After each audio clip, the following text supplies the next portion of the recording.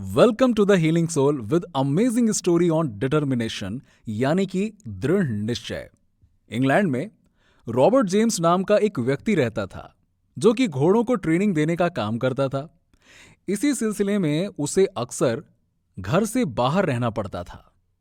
जब रॉबर्ट घर पे नहीं होता था तो उसका बेटा मॉन्टी रॉबर्ट्स घर संभालता था और इस चक्कर में उसे कई बार स्कूल से छुट्टी लेनी पड़ती थी। अब एक बार क्या हुआ कि उसके स्कूल टीचर ने कक्षा में सभी बच्चों को कहा कि ये काम करो, तुम लोग बड़े होकर जो भी बनना चाहते हो या फिर जो भी तुम्हारे सपने हैं, एक काम करो, उस पर लेख लिखो। और टीचर ने याद दिलाते हुए कहा कि देखो, तुम्हारे लेख वास्तविक होने चाहिए क्योंकि सबको इसी आधार पर ए से लेकर एफ तक ग्रेड दिया जाएगा। अब क्या, सभी बच्चों ने अपने अपने लेख लिखे और वो जो बनना चाहते थे उसको उस लेख में दर्शाने की कोशिश की। मोंटी ने भी अपना लेख लिखा।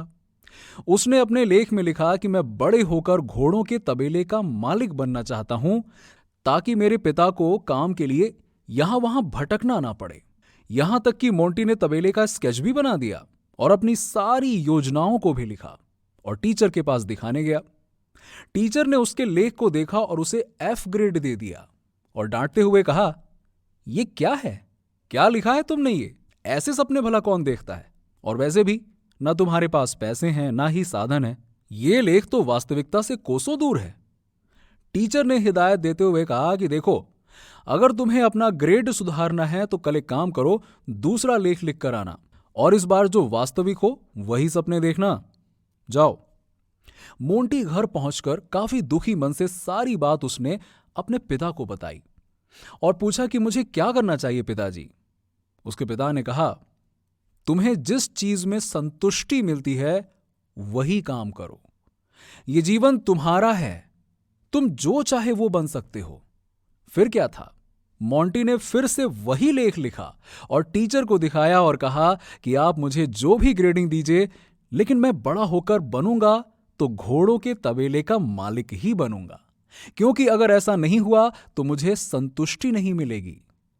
उसके उसी दृढ़ निश्चय का कमाल है कि आज मॉन्टी रॉबर्ट्स के पास 200 एकड़ में फैला घोड़ों का अस्तबल है और इंग्लैंड के सबसे अच्छे अस्तबलों में से एक है। यहां देश भर से घोड़े ट्रेनिंग के लिए आते हैं। कहा जाता है कि मॉन्टी ने आज भी वो लेख अपने पास संभाल कर रखा है। दोस्तों, अगर आपने अभी तक हमारे चैनल को सब्सक्राइब नहीं किया है तो सब्सक्राइब कर लें और इस वीडियो को लाइक और शेयर करना ना भूलें।